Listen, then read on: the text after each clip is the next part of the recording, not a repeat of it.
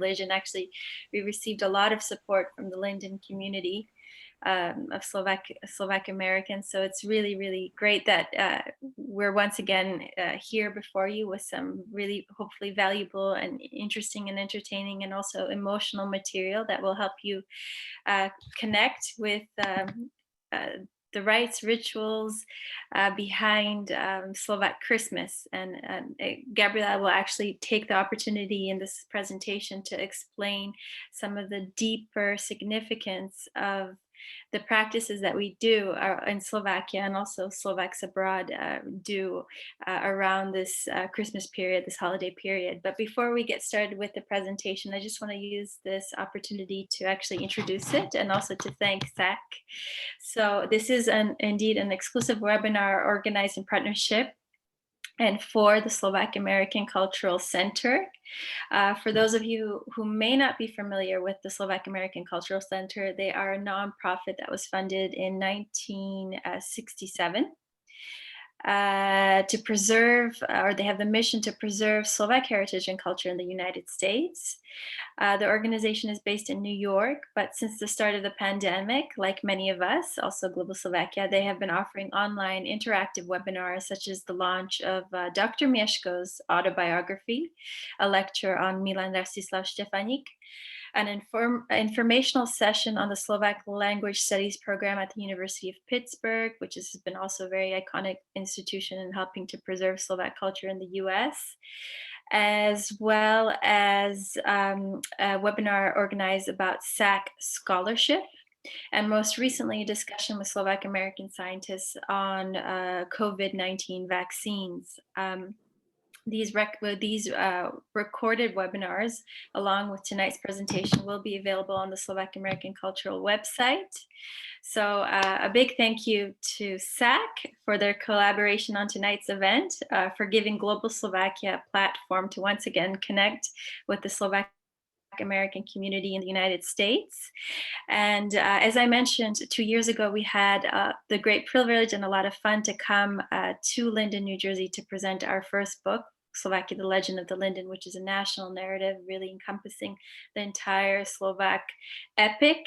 But it's not just told through historical signposts or key historical nodes in the Slovak saga, but also emotionally through symbolism and through metaphors. And in this case, we for our first book, we chose the linden leaf, the heart-shaped linden leaf, which is actually what we refer to as the code of our nation. And it is the national tree of Slovakia, and it's also a symbol that we find what we refer to as hidden in plain sight. So it's on Slovak passports, on Slovak identity cards, on monuments, on ministries, on theaters, on universities, etc. So that book actually is something that weaves together the Slovak story in a kind of what Gabriela and I refer to as the first national narrative. So a story that really allows you to better connect with the Slovak historical journey. SAC has also very generously sponsored our third book, which is a 600-page production called Czechoslovakia Behind the Iron Curtain. It's available on Amazon. It has over 200 photographs, illustrations, materials from archives. So like all of our books, it's not just words, but it's also a very visual journey. So we want to work with both the left side of the brain and the right side of the brain to create a holistic experience of the reader. And we hoped we also did that with Czechoslovakia Behind the Iron Curtain. And what's unique about this book is that it doesn't just tell the story of Czechoslovakia and communism in English, but as Slovak authors, we really honor the Slovak journey. So it tells it very much from the Slovak perspective, but of course from a generation that was born on the cusp of change, which is exactly where Gabriela and I are on the nexus of. So our parents were born in the totalitarian regime. Fortunately, we were born at the end of it. So again, there's a unique perspective there in terms of being one of the first from our generation to write about the topic holistically in Slovakia. And SAC is actually now sponsoring our fourth book, which is forthcoming, and it's a bit different from our three previous ones. It's called Super Slovaks, and it's targeted at children in Slovakia, but also children of Slovaks abroad. It's going to be a bilingual publication, and it's going to be highlighting 50 Slovak personalities that changed Slovakia and changed the world. And we really want to do this for Slovak children to be able to start to see themselves as heroes and to be able to start to appreciate the heroes that are around them in the present day, but also historically. And we also did this for Slovak children that are living abroad or born to expat parents or have, several generations Slovak ancestry, for them to be able to better connect with the Slovak historical figures from past to present that have made or are currently making a very positive impact on the world. So it's a very feel-good story, a feel-good book. It highlights the 50 personalities. There's beautiful portraits, but it's also an opportunity to connect with Slovak heritage, to connect with Slovak identity, and also a tool for bilingual education, because it's going to be written, or it is actually written, both in English and in Slovak. So thank you very much, SAC, for supporting us, for seeing the value of our work and our literary projects. Again, Global Slovakia is very much dependent on donations and grants. So we're very grateful when we have partners, and our partners prove to be very loyal in terms of supporting not just one, but multiple projects. So moving forward from that, tonight we are presenting to you something very different, the best of Slovak Advent and Christmas. This material actually comes from an online course that we created called Czech and Slovak Christmas. This is a self-paced course that brings to life the spirit of Czech and Slovak Christmas directly into your home wherever you are in the world. It's a compact and holistic course that tracks the history of Czech and Slovak Christmas folklore and traditions and reveals their ancient origins. And that is exactly where I'm going to hand it off to Dr. Gabriela to take you on this beautiful journey. So here you go, Gabby. Take over, please. Thank you, Zuzi.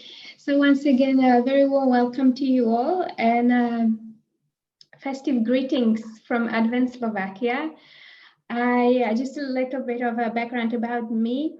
I was born in socialist Czechoslovakia, and my family stayed on in the country. So this is where I completed my education, as well as a university degree, which was in cultural studies and in ethnology. So this is where a lot of my knowledge and research comes from, was the study years or university years I had in Slovakia before studying abroad, that allowed me to really explore these heritage, customs, history and traditions of Slovakia. And it's a great privilege to share them with you today, to maybe awaken some memories in some of you, maybe learn about something new, and hopefully find something that you can adopt and make part of your Christmas this year and in the years to come. So let's go right in. As I already mentioned, it's already Advent. It actually began on Sunday.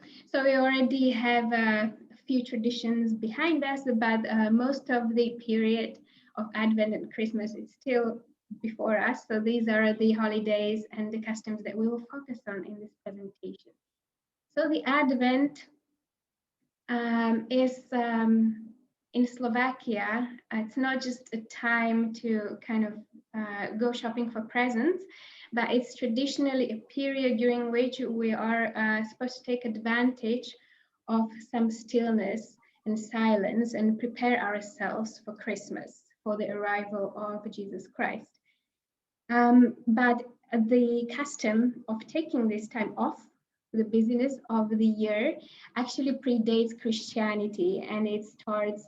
It has its roots in the pagan culture that existed in the region before Christianity was introduced. And back then, it too was used as a time for introspection. because this is the part of the year or the weeks of the year where we experience the longest nights.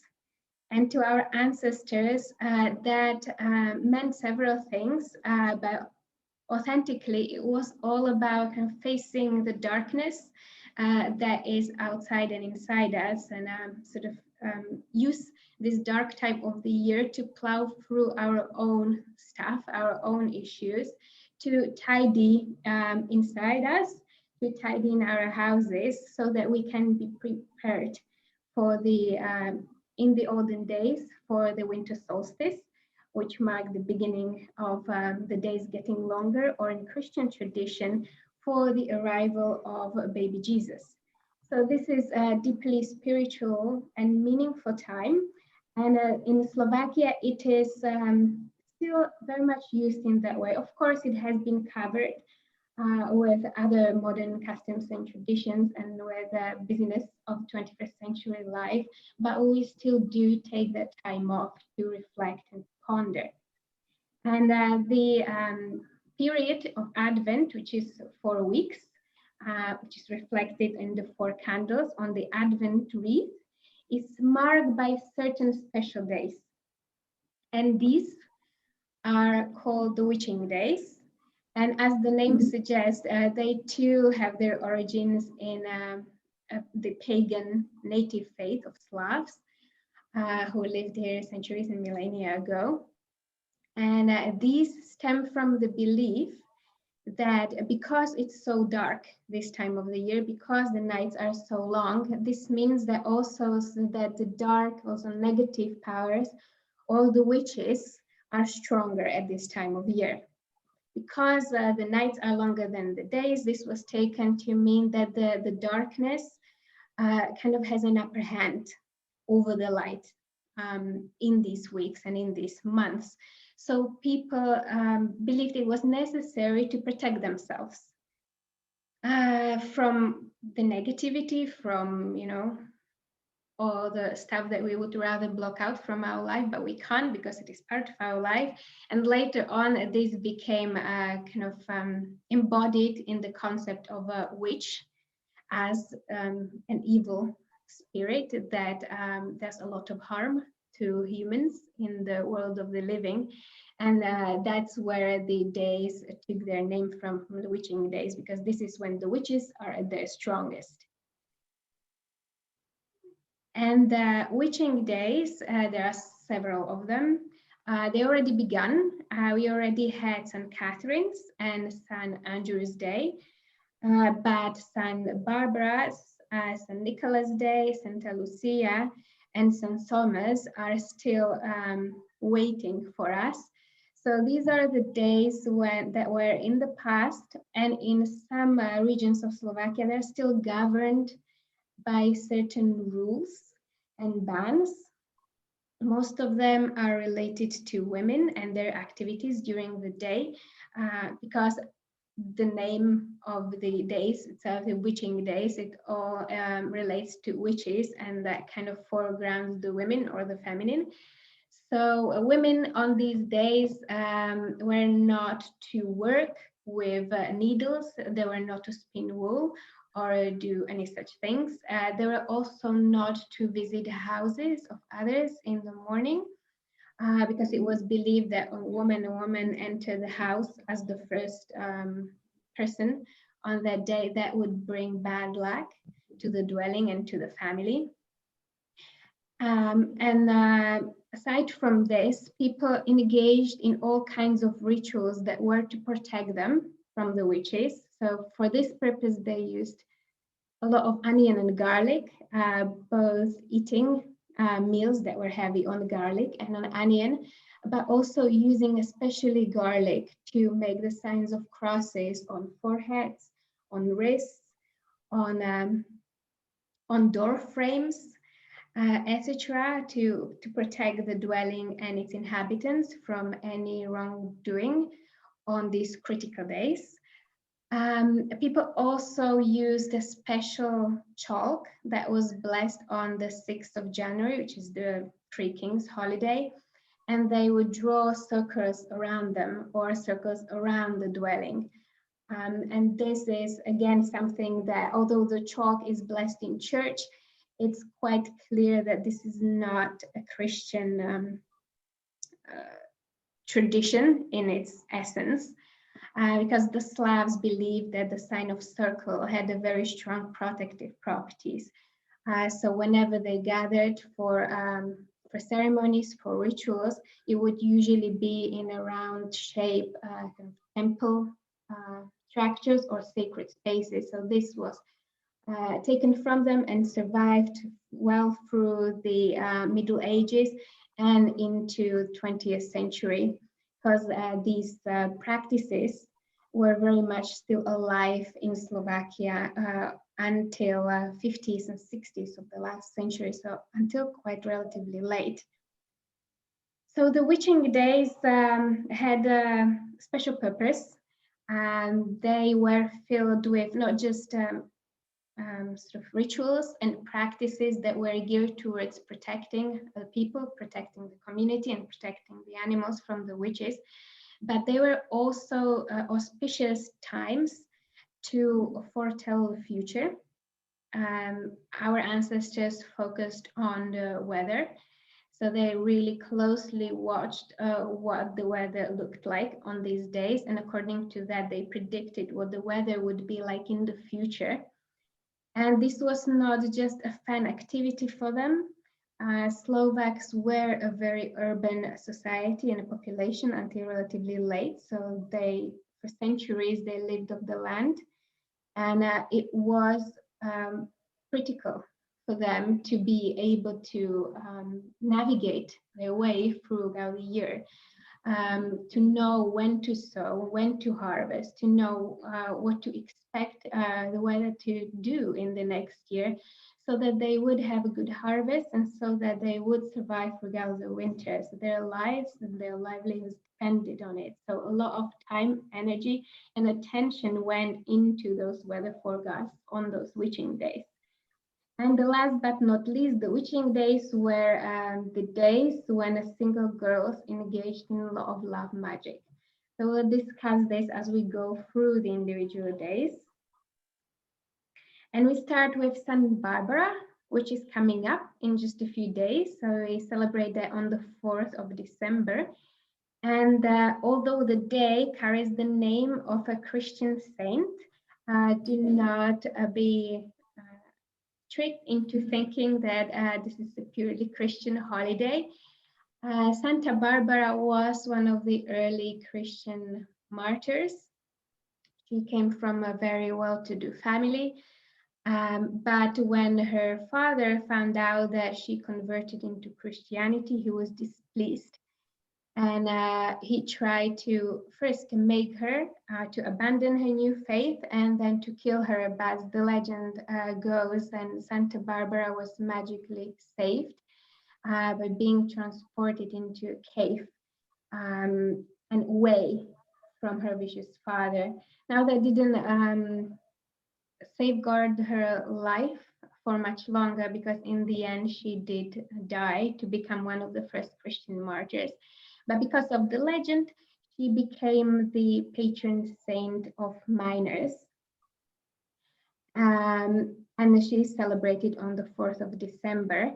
But this Christian cult and this Christian saint built on much older foundations that were distinctively pagan. And you can see that from the picture, because one of the most spectacular parts or rituals of the day are the processions of so-called barborki or barbaras, and these are the girls or young women dressed in white who go from house to house to brush all the crockery or the mugs and pans so as to cleanse away all the evil or all the illnesses, to rid the dwelling of anything that could be harmful.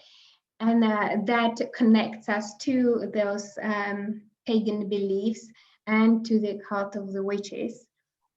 On St. Barbara's Day, because it's the festival of miners, throughout the Middle Ages in those areas in Slovakia that depended on mines and that were typical for this tradition, this is when the special processions took place. This is when services were held in churches, and this was really the time to not just celebrate Santa Barbara, but to give thanks to the earth and to the treasures that it is giving to the people.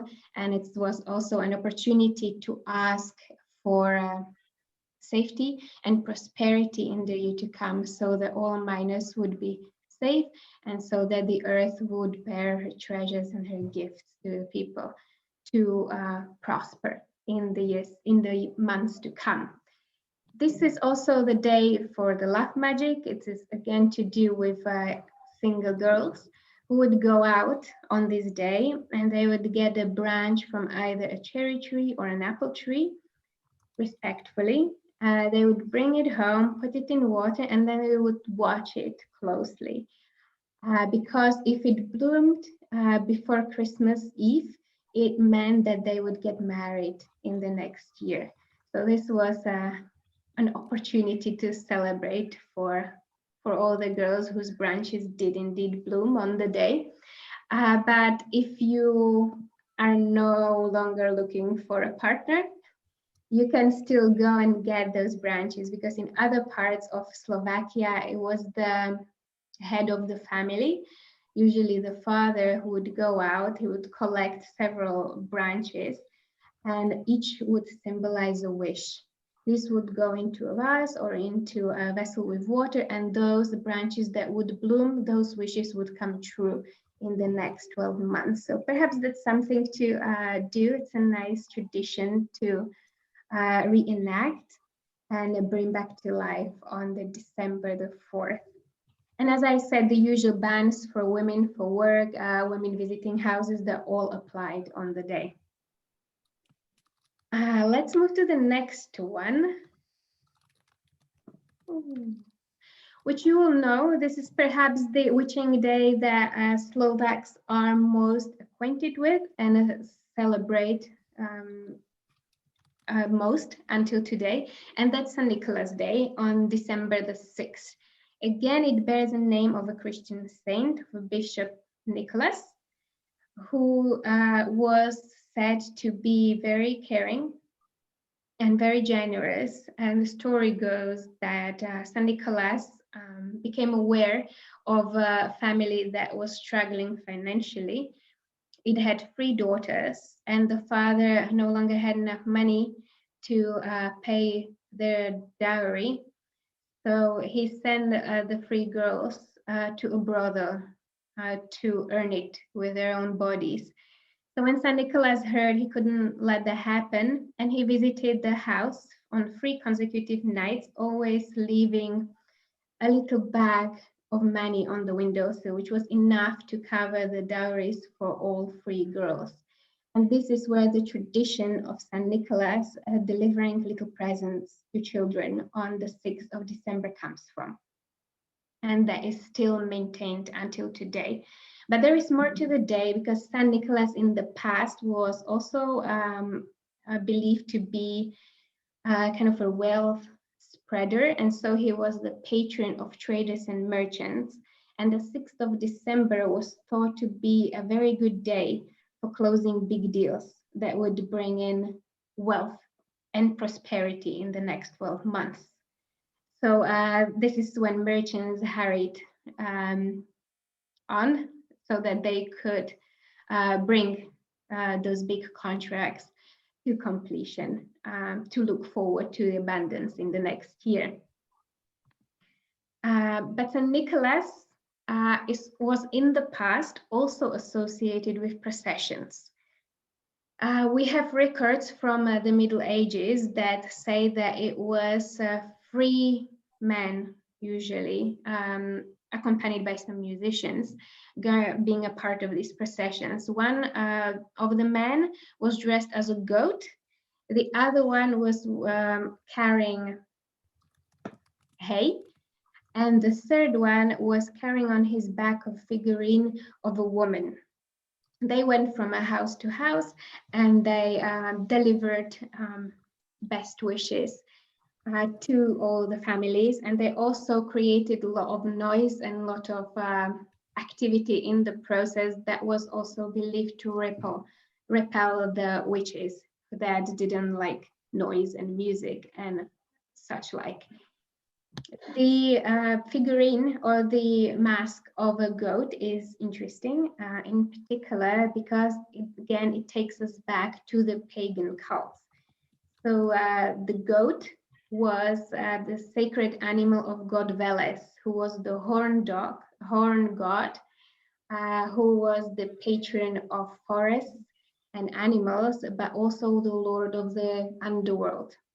And some experts say that when Christianity was introduced, it built on this cult of Veles and replaced him with the persona of Saint Nicholas. And there might be something to it, given this this procession that used to take place throughout the Middle Ages.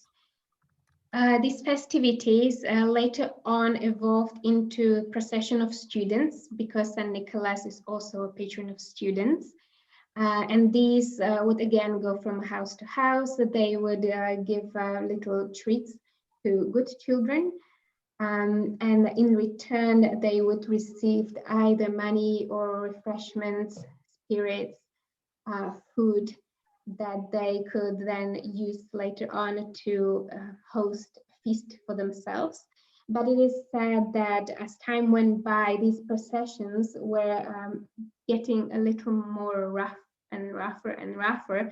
And the men who were in the procession became forceful about demanding those gifts from the people. So the authorities banned them, and the processions were limited to only St. Nicholas, the devil, and the angel. And this is what remains until today. This is the trio that you see around in Slovakia on the 6th of December, usually visiting kindergartens and children in schools, delivering little treats.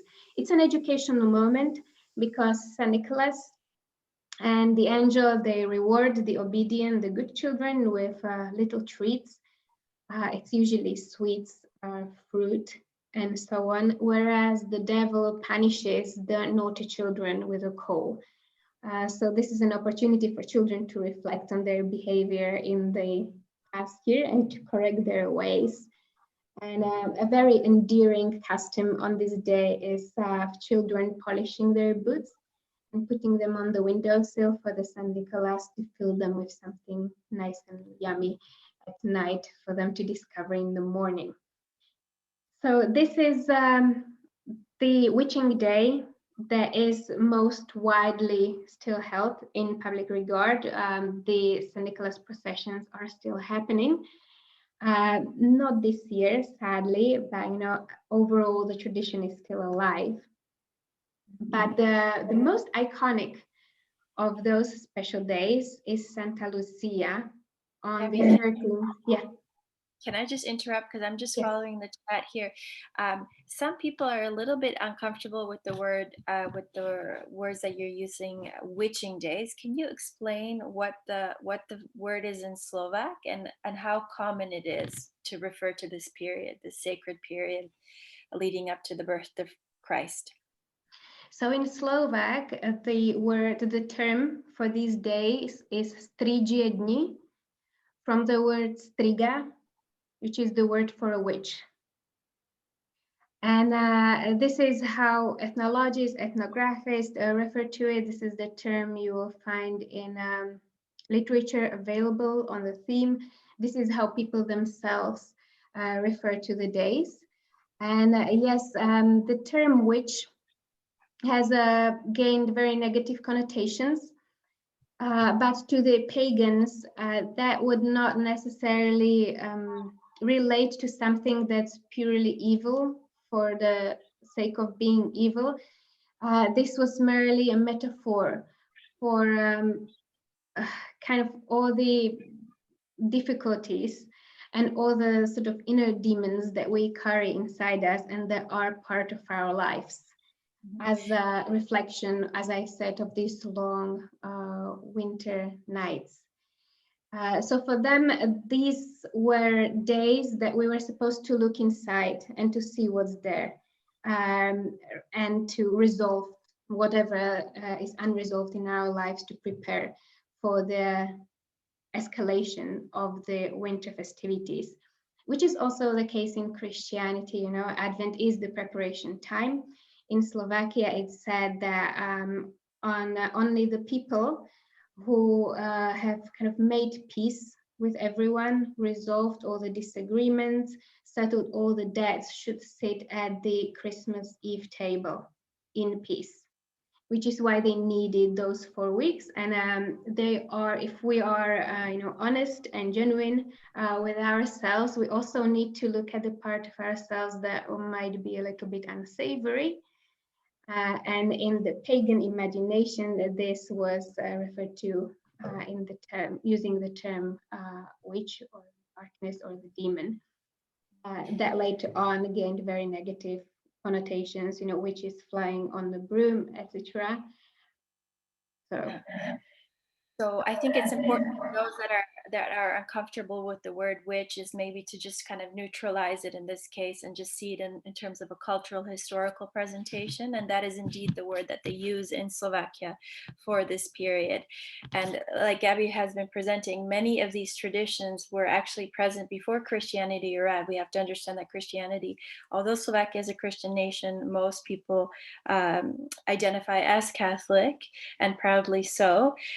The roots or the heritage of the Slovak culture actually go much deeper beyond or before Christianity, to the native faith of the Slavs. And the Slavs practiced a pagan religion, which means they revered divinity in the form of nature, and also through a pantheon, a wide pantheon of gods and goddesses and spiritual, let's say, deities or beings. And in this case, also what Gabriela refers to and what for our ancestors was very important is, as she's already said several times, this is the darkest part of the year. And the solstice, or later with the arrival of Christianity, the birth of Christ, symbolizes the rebirth of the light. So the return of light to our land, let's say.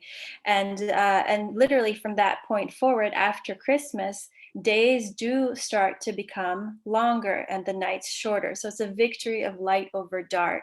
So that's also plays into this metaphors of the witching days, etc., she's already explained. So I hope that clears that up and clears up any discomfort. But we are following the chat, so I'll be jumping in to try to answer your questions. It's actually wonderful because there were these ancient customs and traditions when Christianity was introduced in the 9th century. And it's together that this mosaic is really beautiful. You know, the merging of the traditions and of the beliefs, it created something really unique that is still alive in Slovakia today, and that manifests in the most kind of explicit way just now, so before Christmas and during Christmas. So it's a treasure that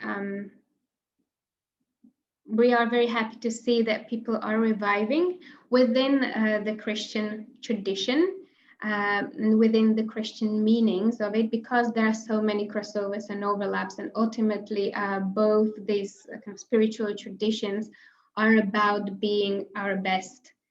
And for that, we need to face the inner darkness and the inner demons. So this is the perfect time to do it.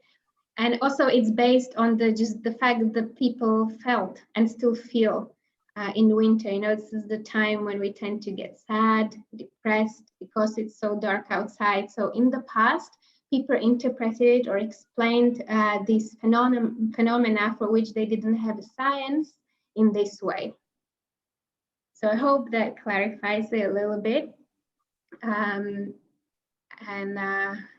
Yes, so that we can move on with the traditions of Santa Lucia, which is actually kind of an escalation of this period.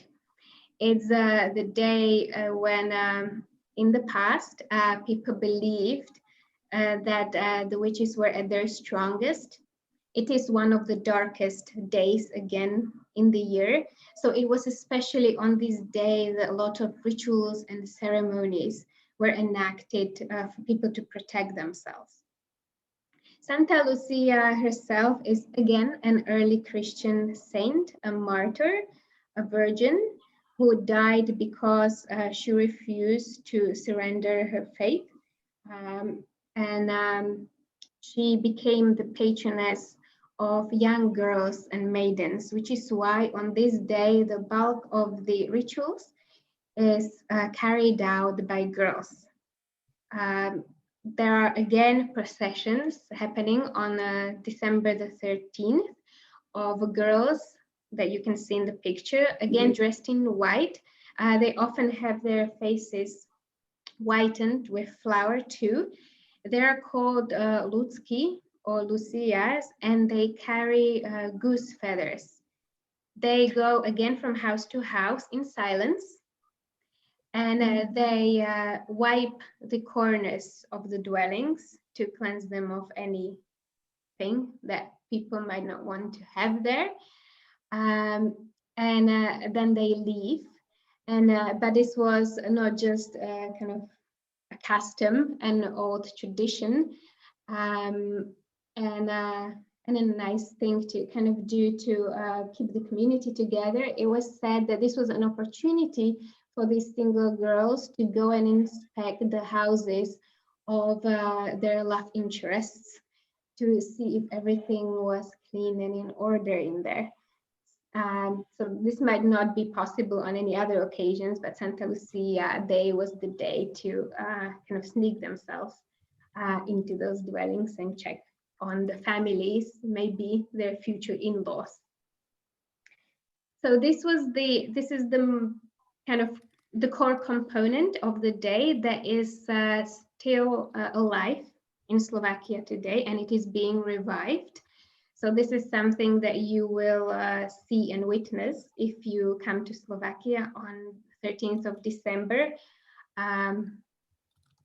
Not this year, but usually you do see young girls dressed in white promenading on squares and on streets, singing, carrying those feathers, and keeping the culture and the traditions alive.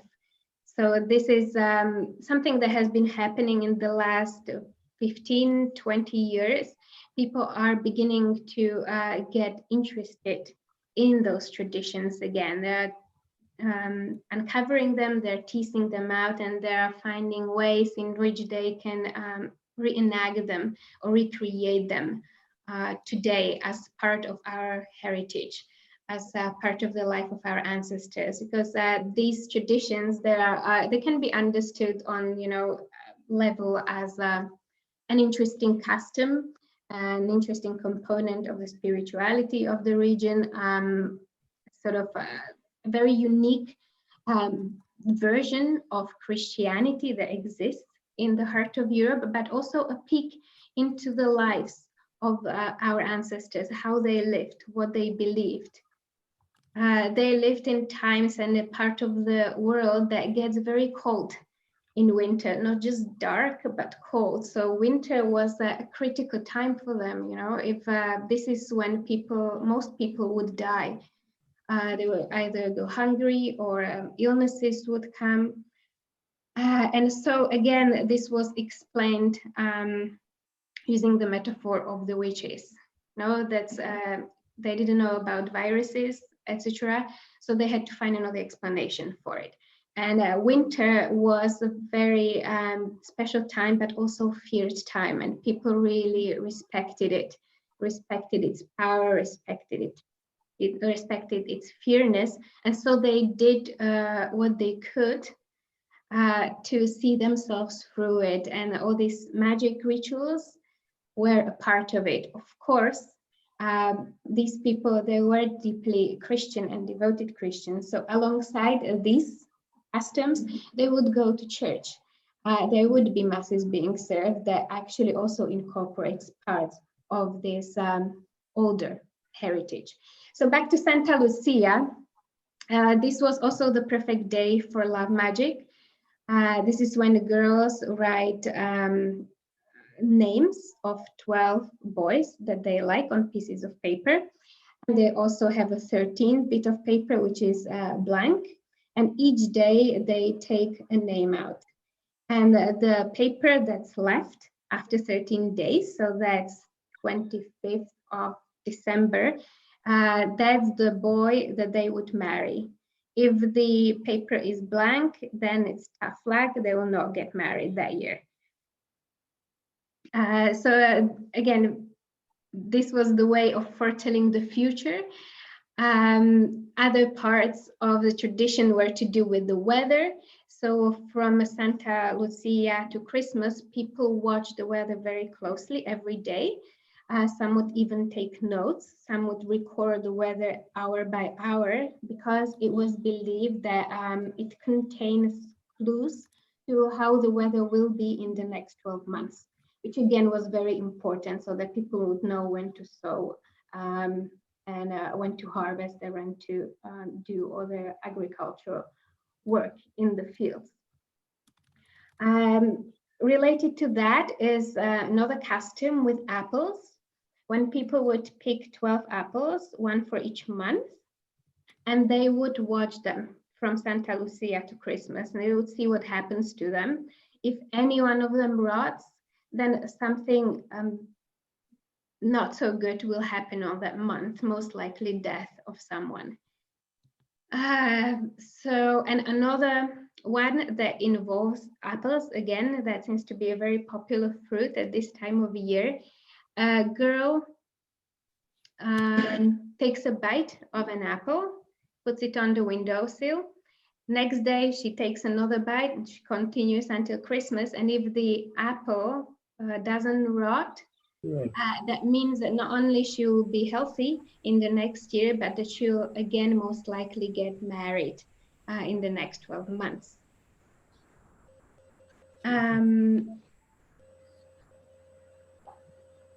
Too much superstition. So yes, so Santa Lucia was kind of the highlight of these special days. It was in the past one of the darkest days of the year, and in a practical terms, this day would mark the very hands-on preparations for Christmas. So this is when you would start getting the ingredients for Christmas feast. This is when you start baking, you start cleaning the house, you start getting your farm ready so that it's prepared for the arrival and for the birth of baby Jesus. So this was a process that took several weeks in the past. Gabby, can I just ask you, can you make sure to mute everyone because we're picking up some sound? Okay, hopefully that will be okay, because if I... Yeah, I think it's fine. good now. Yeah, perfect. Okay, great, thank you. One more custom that I nearly forgot. On Santa Lucia Day, boys, until recently, made these special chairs or stools. The production of these chairs started on the day, and it would be finished on Christmas Eve. Each day, the boy was only allowed to swing an axe once, and the stool was to contain no metal parts and no nails. This specially prepared stool then would be taken either to crossroads or to a church, and when you sit on it in a circle it's marked by that special chalk, blessed on the 6th of January, then you will be able to see all witches in your community. So this was something to do for boys, so that we don't just talk about traditions that involve women. Men had their things to do too. Throughout these holidays, boys and young men would also go and walk around villages and towns making sounds, either sounding horns, There were shepherds in mountain areas that had special trumpets made just for this day and for this purpose. And the point was to make as much noise, make as much sound as possible, again, to scare anything negative away, to chase illnesses, to chase bad luck away from the community and away from the village. And the last day of this period is St. Thomas Day on the December 21st, which in the past was actually the apex of Christmas festivities. December the 21st is the winter solstice. So this is the day or, the period when the night is the longest. We experience the longest night of the year and the shortest day. The pagans believed that this was a critical time for them, because this kind of marks the turning point in the year. After this day, days are again beginning to grow longer, and they believed, as Zuzana already said, that this was the day when the sun is being born again. But it's weak, it's but a baby, so it needs to be protected, needs to be safeguarded. People needed to make sure that it would grow stronger and that it would bring spring soon to relieve them of the harshness and of the dangers of winter. So in the past, people used to meet and gather around sacred fires. They would bring in offerings of food. Usually they would even exchange gifts, and they would perform rituals that were to welcome in the spring, or to call in the spring and the warmth, so that it would come as soon as possible. Nowadays, December the 21st is the day when boys go around with a little piece of metal, which is believed to have strong protective properties. And they go from house to house and they wish everyone good luck, prosperity, good health in the year to come. On this day, people would also engage or carry out traditional picklings or zabijachki, because in the past they believed that the meat of the pigs that were slaughtered on this day would last longer, and that their fat had healing properties. So most of the meat would be smoked. Some of it would be wrapped in salt and set aside to become bacon, and a little bit would also be put aside for the Christmas period. St. Thomas is also a patron of forests and woods. So on this day, there was a ban on going to forests and woods. And now we come to the big day. Before we go to Christmas Eve, to our ancient ancestors, but also to Slovaks today, it's the Christmas time, and the days just before Christmas Eve, they're also dedicated to the memory of those that came before us, of those who we loved and who have left us.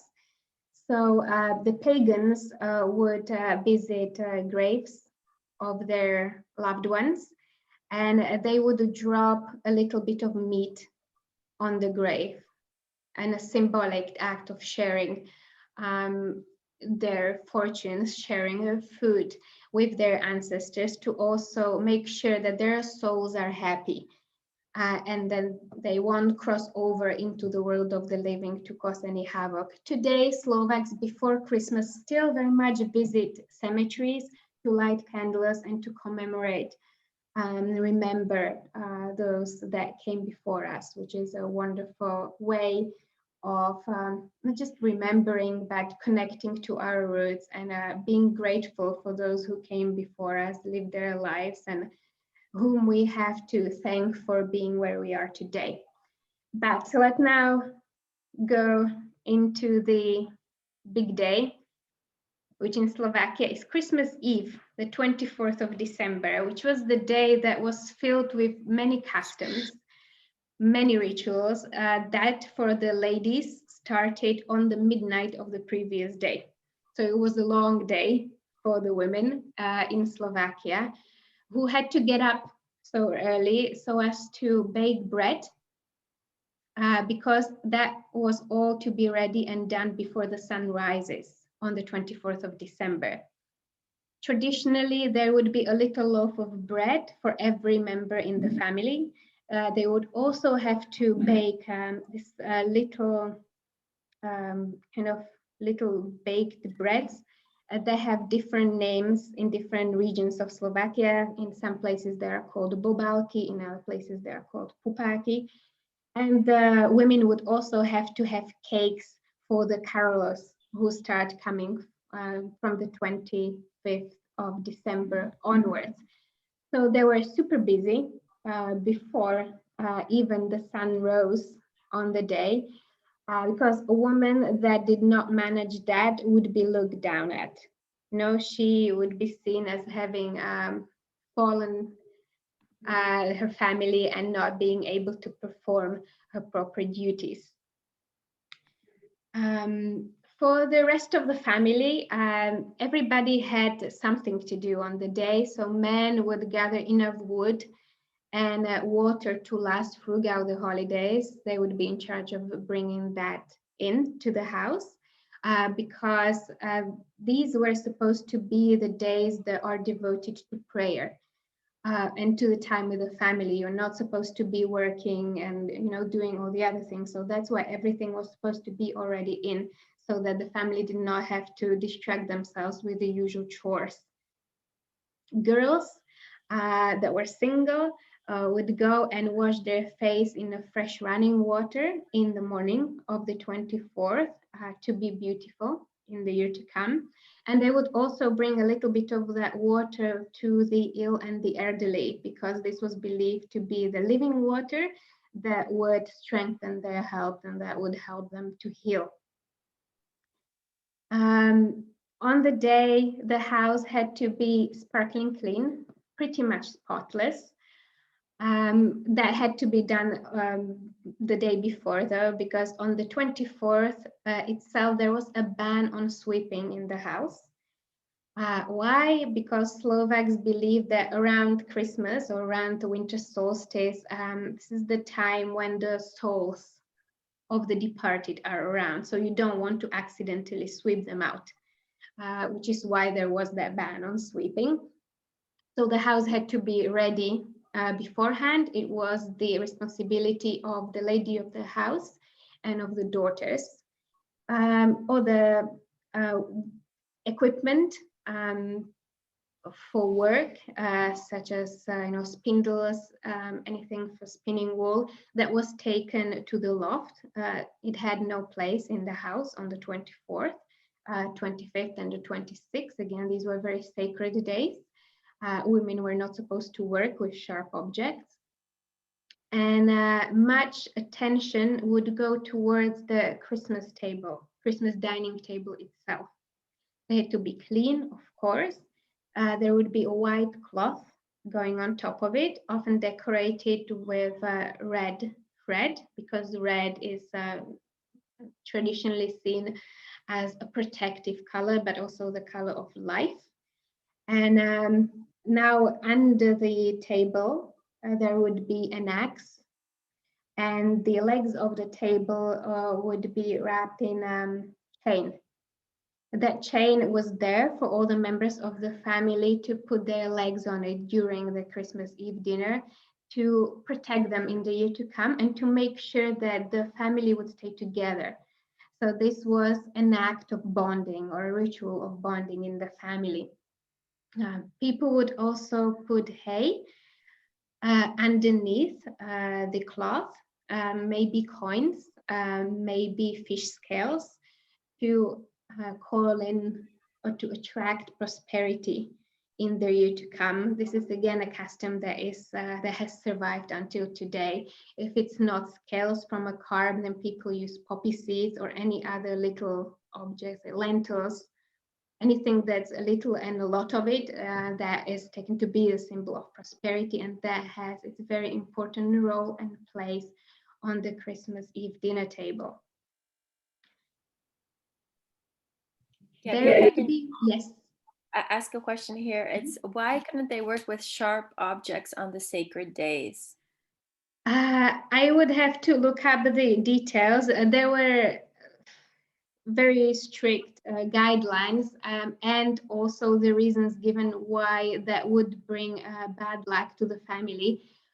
But on one of the days, if a woman was seen working with needles or spinning wool, it was said that that raised the danger of the sheep being attacked by wolves in the months and in the year to come. And there were other kind of beliefs around it, but I would have to look them up for details because there are so many and they do differ from a region to region. So there are basically many superstitions that our forefathers followed. Yeah. To assure their survival through winter. In other parts, it would be about, it would not be so serious. You know, it was said that if woman breaks the rules, it will mean that she will break crockery throughout the next year. So that's annoying, but not as grave as a wolf attacking a sheep. But yes, everything was accompanied by superstitions. Everything had this kind of a reason for it. It was all based on this agricultural way of life. So it always had to do with everyday phenomena that people were faced with in those times, and for which they did not necessarily have other means to protect themselves or other means to explain. So they used these rituals, believing that that would serve as a protection for them against any. And what? Yes. One more question. Why is this? This is a very common image. Why is a tree hanging from the ceiling? Yes, I'm just getting to it. So the Christmas tree, as we know it now, the standing Christmas tree, beautifully decorated. That's quite a novelty. That really only penetrated the rural areas of Slovakia after the Second World War. Before that, the Christmas decorations would consist of people bringing in branches of coniferous trees and decorating their house because A, they did not have enough room for a Christmas tree, B, it was not a trend yet, and it was just more practical and more sensitive towards the nature. So this was kind of their version of the live Christmas tree.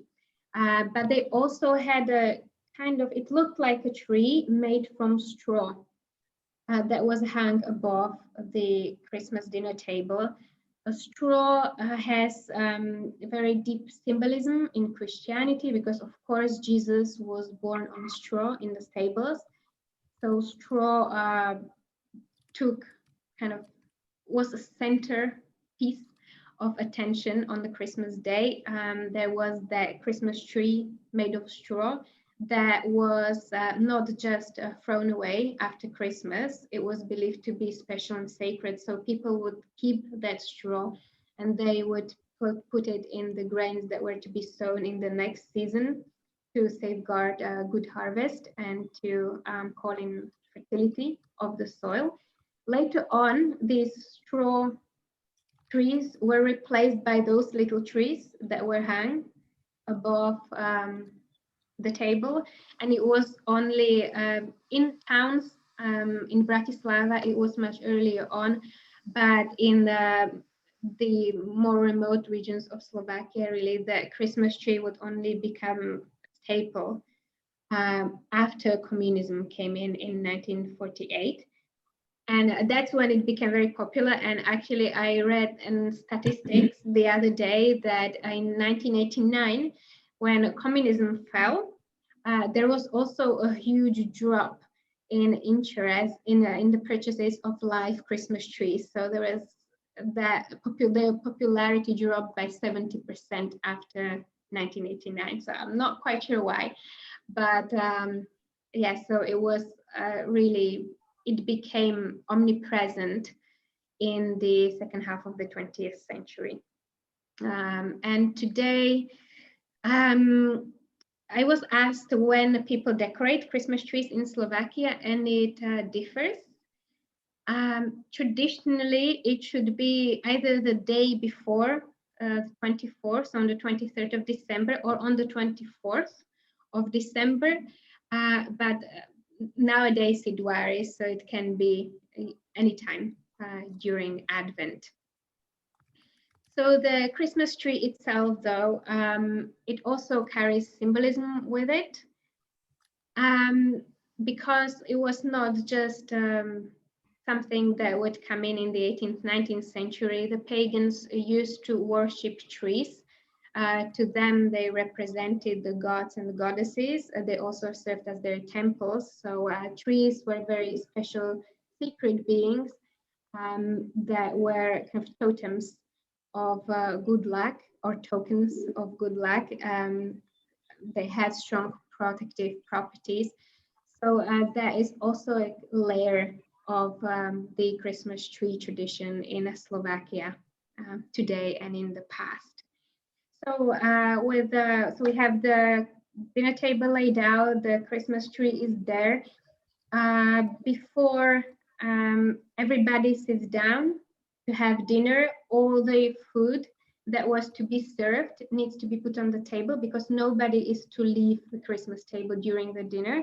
If they do, there is a danger they will die in the 12 months. So once everybody sits down, they should be all sitting until the dinner is over. The dinner started usually around 5 o'clock. There was the time to have dinner was announced by ringing church bells.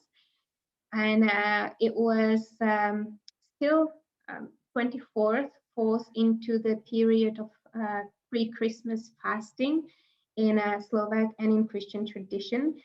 So this is when people keep the Lent. So traditionally, the Christmas dinner in Catholic families should be meat-free.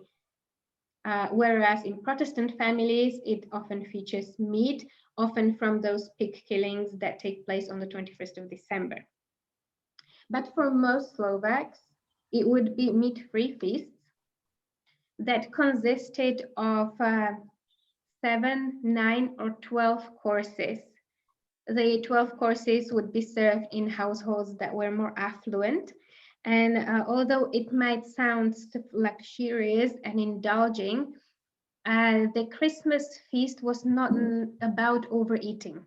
It was still part of the Lent, and the dishes that were served, they did not come in huge amounts. In some regions, it was okay to only have 3 mouthfuls of each of the dishes that was served, to be kind of filled up, but not to overeat on anything. The number of meals served is also tied to symbolic meanings of those numbers. 7 is the number of good luck and prosperity.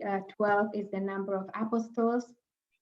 So a lot of theories about the number of courses, but in general, we can say that what was put on the Christmas dinner table was to symbolize harvest that year. So everything that was harvested in that year should be present on the Christmas table in one way or another. The meals differ from region to region, but there is a common thread running through the evening. So the evening would start with a prayer, and there would always be a Bible present on the table. What followed was an aperitif, and this would be a spirit that you had that year, so slivovica, hruškovica, anything. But in central Slovakia, they have this special drink called Riato, which is slivovica with a little bit of bacon and sugar. And it sounds funny, but we actually tried it last year and it was delicious. So that would be the first course, which was followed by the thin Christmas waffles. They are a must in Slovakia on Christmas. Their tradition also goes several centuries back, when it was the responsibility of a local teacher or priest to make them and to distribute them to everyone in the community. It's a symbolic bread, it's sacred bread, it's kind of at-home version of the Eucharist, of the body of Christ, which is why it has the round shape, and it's often covered with religious motifs. So you have cross, you have baby Jesus, so on and so forth.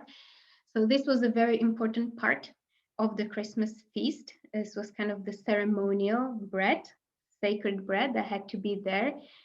This would then be followed by a soup.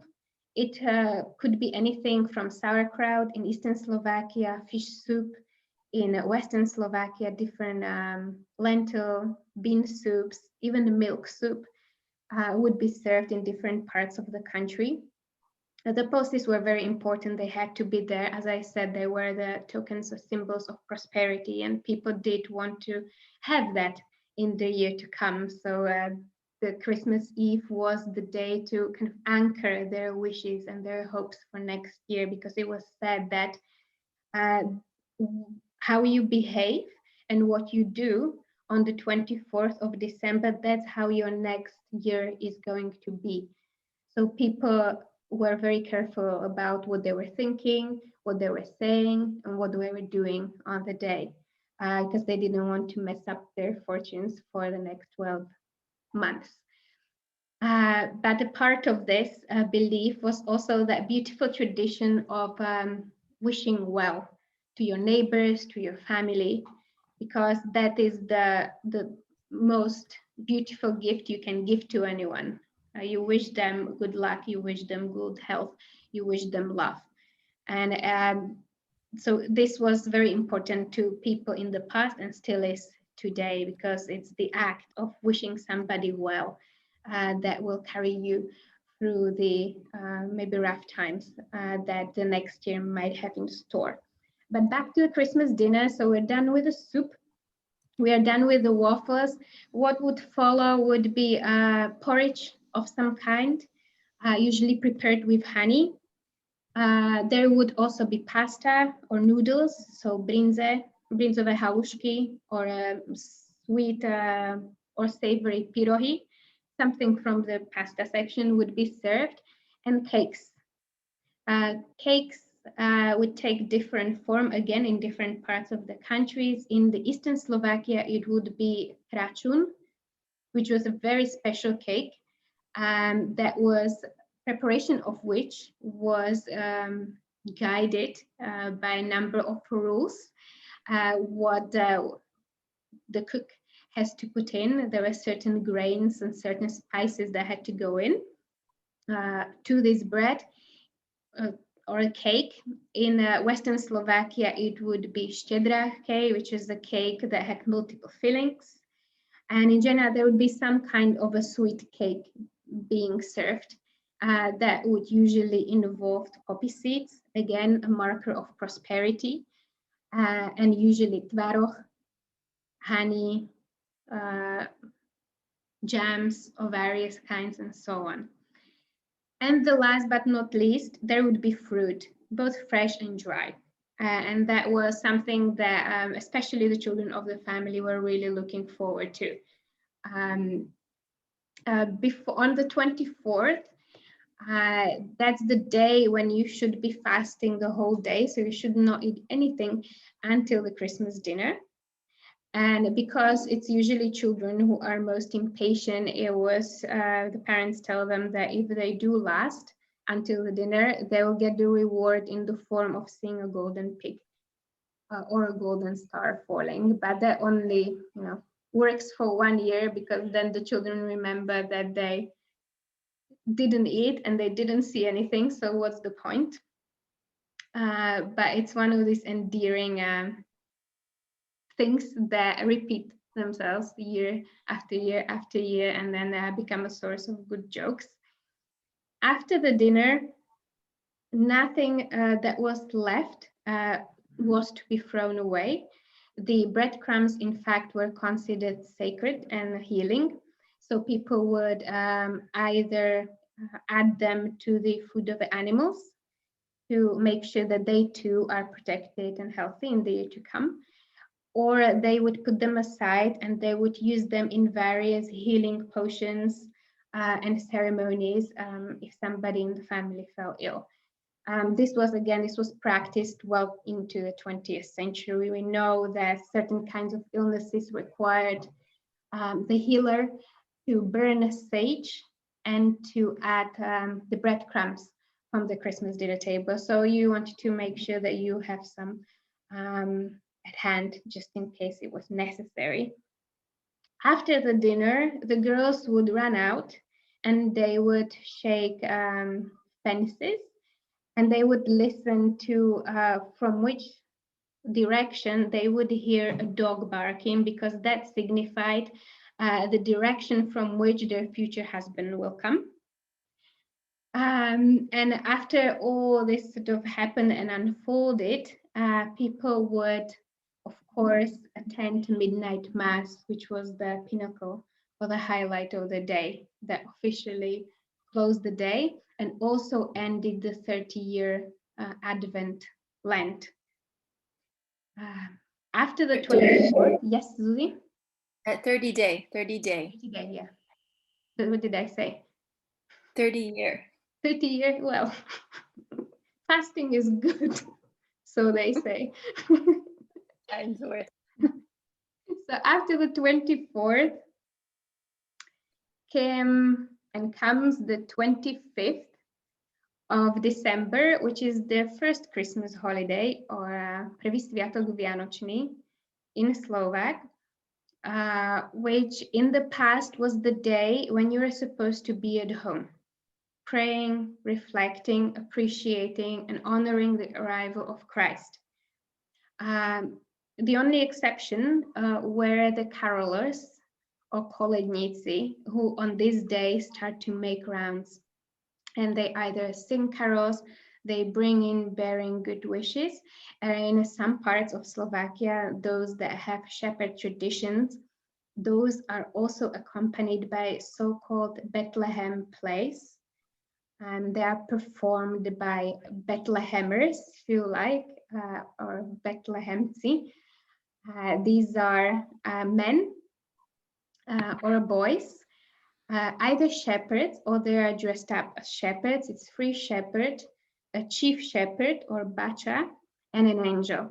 And they sing songs, of course they sing carols, but they also reenact biblical stories that are linked to the birth of Jesus. They carry a nativity theme or Bethlehem, and from that comes their name and the tradition, the Bethlehemers or Bethlehemci, because it was shepherds that first visited Jesus. So the shepherds of Slovakia carried on that tradition and played a very important role on the 25th and 26th of December in particular. So Christmas Day, finally, for women, this was a day to rest. Everything was supposed to be cooked the day before. They were not to cook, they were not to work on this day. So it was really a sacred day and time to rest, time to enjoy, and time to pray, and time to be with the family. After the 25th comes the 26th, St. Stephen's Day. And this is when the various balls and festivities resume in the country after the 30-day Lent. So this is when we have balls and dances happening in villages. On this day, traditionally, St. Stephen's hunts are organized. And generally, this starts the period of the loud, fun, singing, dancing after that 4-week period of somber silence and reflection. There are also certain rules that govern what to eat on these days. So it's said that on the 24th, you should not eat anything that has legs. So no meat, maybe a fish max. On the 25th, you only eat what has 2 legs. So chicken, goose, duck would be traditional. On the 26th, you eat what has 4 legs. So that would be either pig, pork, or venison. And this kind of closes the sacred 3 days of Christmas, after which life resumes. But the festive period is by no means over in Slovakia, because on January the 6th comes the Orthodox Christmas. It's a little bit delayed because of the different calendar that the Orthodox Christians are using, and it falls on the 6th of January. There are many similarities with the Christmas that is celebrated on the 24th, but there are some specificities, such as the Orthodox Christians in Slovakia. They go and bathe in either snow or in rivers or in streams before the dinner, which is to keep them healthy and strong in the year to come. Also, before the family sits down to have dinner, at first all the farm animals are fed, or horses, or cows, or chickens. Everything has to be looked after before people start on with their feast.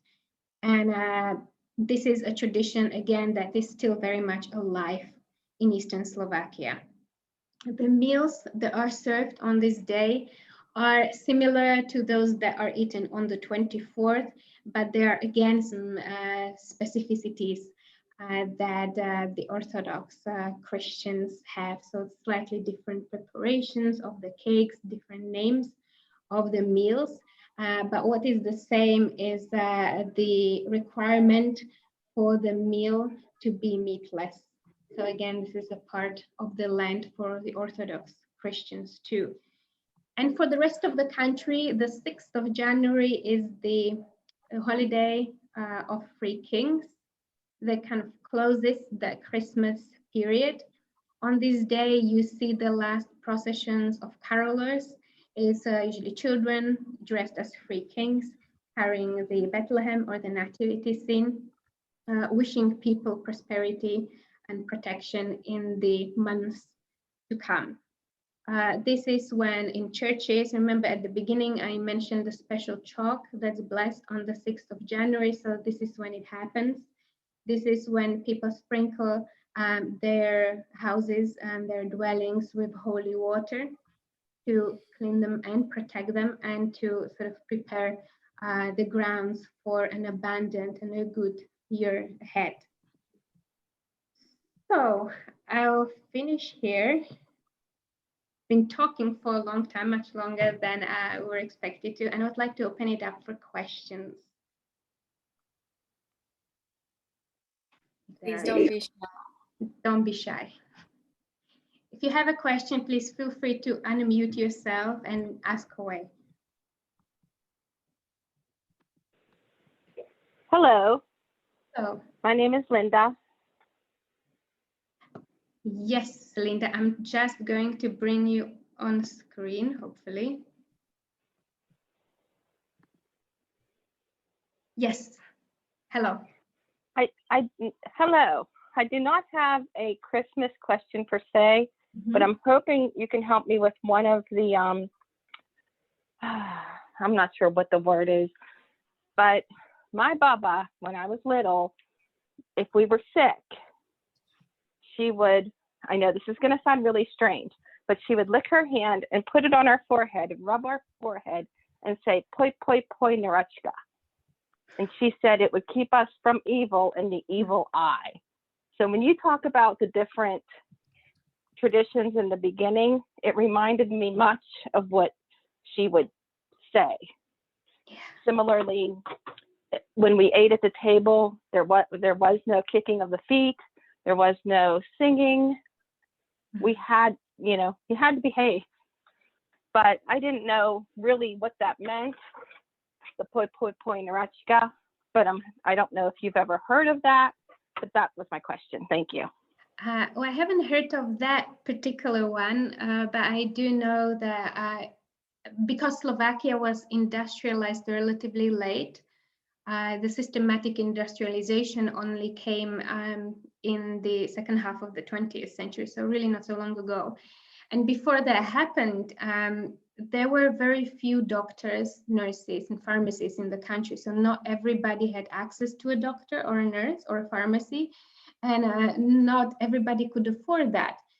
So this the folk medicine was the only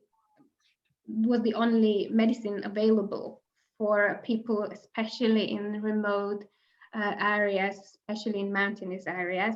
And that was partly composed of practical, pragmatic advice, and knowledge of herbs, etc. But an important part of that would be various spells and incantations and different magic rituals, because this again goes to the deep past. That is not just Slovaks or the Slavs. This is something that all humanity shares. When medicine and healing were not about just about science, they were also about spirituality, because people seen the human body as a very holistic system. So you not only had to heal the body, you also had to heal the spirit, so to speak. So magic played a very important role in it.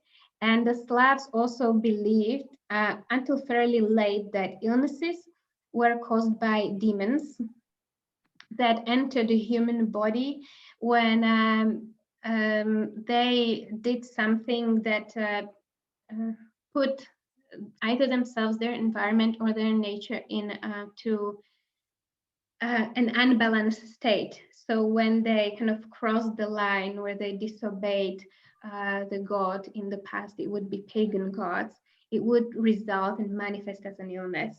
And that's also part of the reason why part of healing, as you mentioned, would be this kind of, incantations, chants, spells even. So it was not just that you were given a tea or a potion or a tincture, like there would usually be that verbal component to the healing too.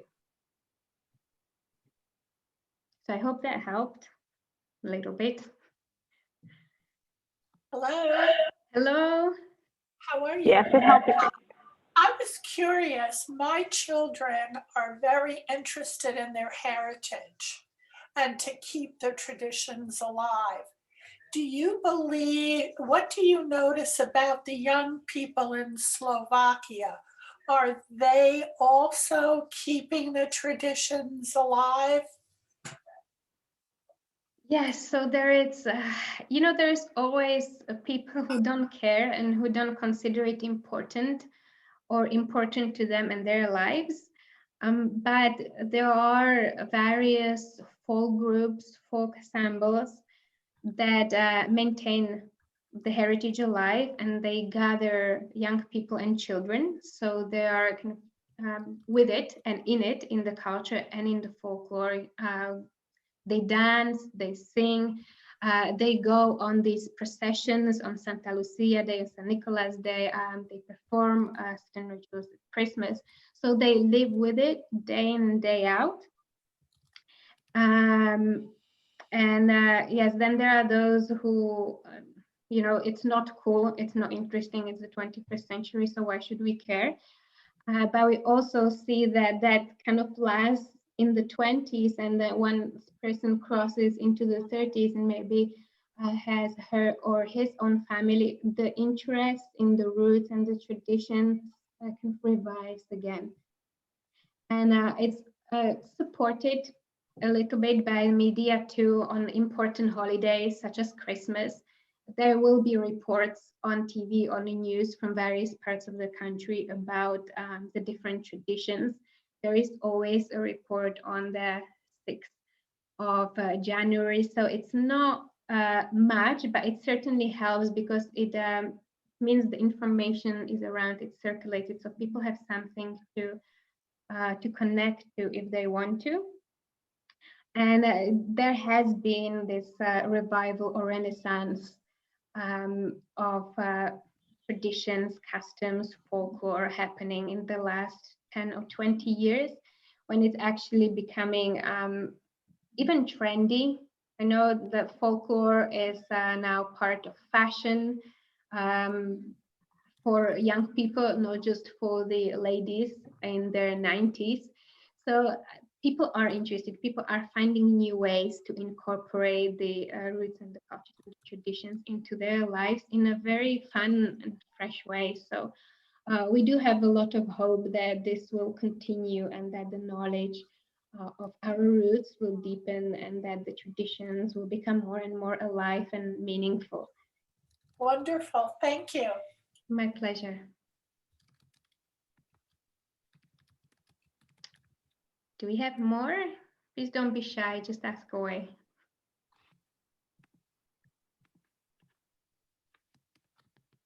Oh, I forgot to mention, it's just an interesting little thing. You know, we have the tradition of whipping on Easter when boys make willow whips and they go around with girls so that they're beautiful and healthy in the year to come. So whipping also takes place on St. Stephen's Day on the 26th of December. It's not very well known. It's one of those traditions that are yet to be, well, maybe not everybody wants to have revived because it's kind of a controversial custom, but it did traditionally happen on the 26th, but the boys were not using willows, but they were using branches of silver birch. And the whipping was not meant to be violent or painful. It was really meant to be symbolic. And it was meant to serve as a blessing to the women and to the girls. So that was something I came across just, you know, a few days ago, and it made me smile. Gabriela, I think we've gone about an hour and a half into this presentation. So how about we take our final question before we close it off? Is there someone that would like to ask one more question to Dr. Gabriela?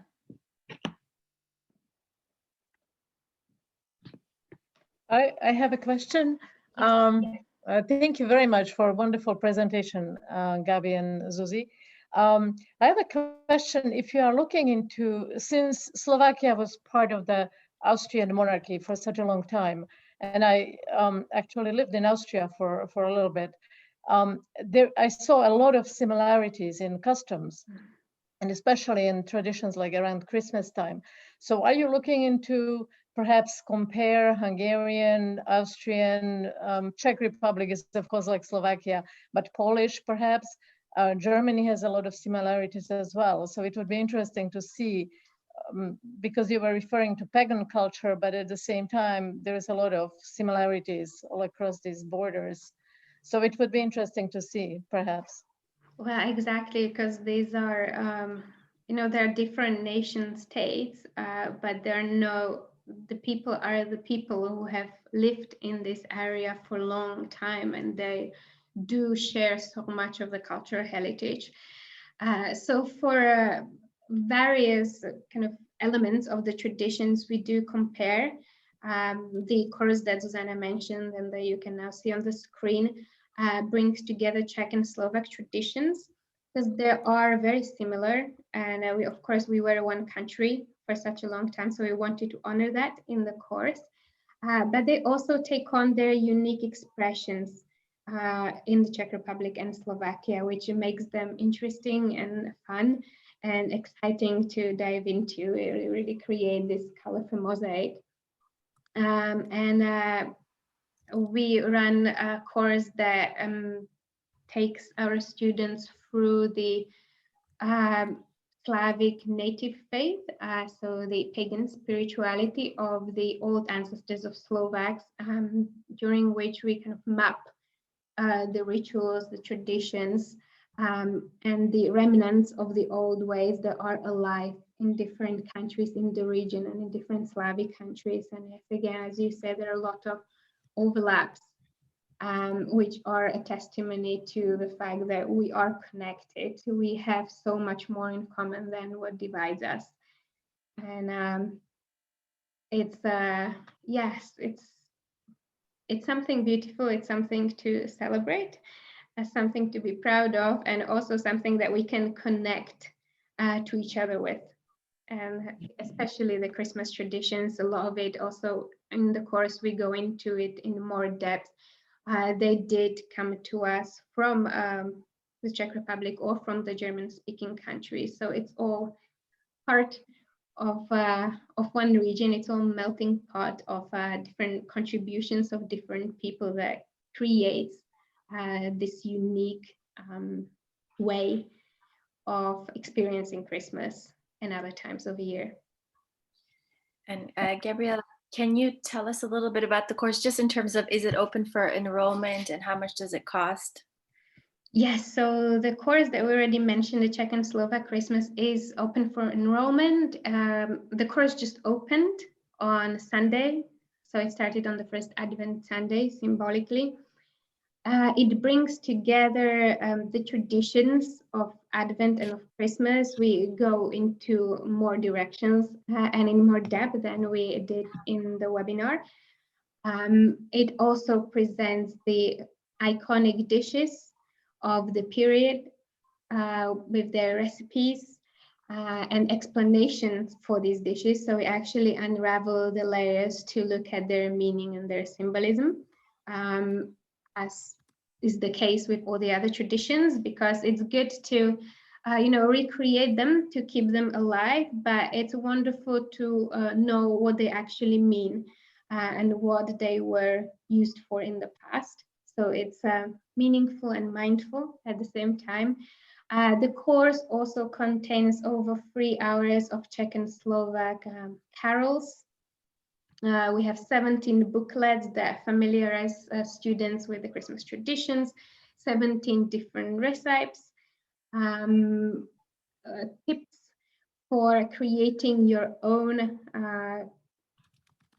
decorations and gifts inspired by ancestors. So it's a very holistic platform for all things that are to do with Christmas in the heart of Europe, and that will guide you to create those traditions in your home. So there are guides to the many rituals that you can engage in. So there is a question by Richard. Did I see correctly?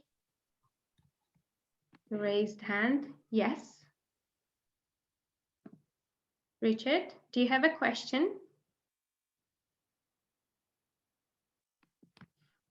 Yes, I do. Yes. Hello. We left Slovakia, Stropkov in 1878. I live in Canada, and my grandfather great-grandfather and great-grandparents brought all those traditions you spoke about with the meal. Our family still continues it, and we also do vincevati. Do you know what I'm talking about? Can you repeat that? We do vincevati, Yes, vincevati. Yes, beautiful. And we still use that exact same vincevati that he brought in 1878. I thoroughly enjoyed this. Oh, it's wonderful. What? You are living what we're saying. So thank you so much. We always had a Christmas tree. You said that was a communist thing, but my grandparents and great-grandparents always had a Christmas tree, and the straw under the table and the nuts, and the house was completely straw because there were 30 or 40 grandchildren. So we rolled in the straw, but had to go out in the evening by candlelight and sing Slovak Christmas carols outside. What an incredible legacy to bring into a new land and to keep it alive. So to keep it alive to this day, that's a long time. For a long time. And but the Christmas, amazing. I think the Christmas tree probably came, Stropkov used to be controlled by Hungarians, by Austrians, and by Germans. So that Christmas tree probably came through Germany into our family.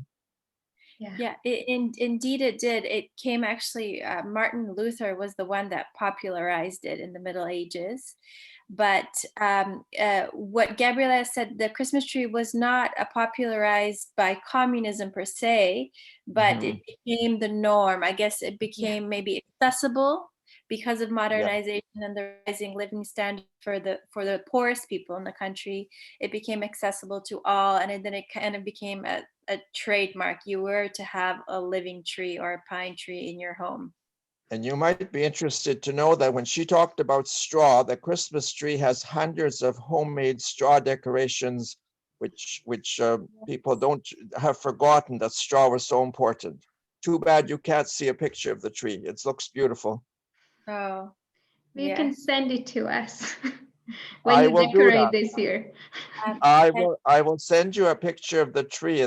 Right now I'm doing a double trinity dodecahedron, which means that top three parts of this decoration are the Trinity in heaven. The bottom three parts are the Trinity, like the Holy Family on earth, with the star Bethlehem hanging from it. It is extremely old symbolic symbol. I will send you pictures of it, but I'm not sure how to do it. But I will figure out how to send you pictures of it. Thank you. Okay. Would love that so much, because yes, Okay. this you know, we find that everything that we do in this period during Advent and during Christmas, it's not there just for no reason. It's there for a very specific purpose, and it has a very deep meaning once one knows how to access it, and you are the proof of that. So Thank you, thank Thank you, everyone. So we just want to wrap this up because I know that many of you have many things to do before another work day comes tomorrow.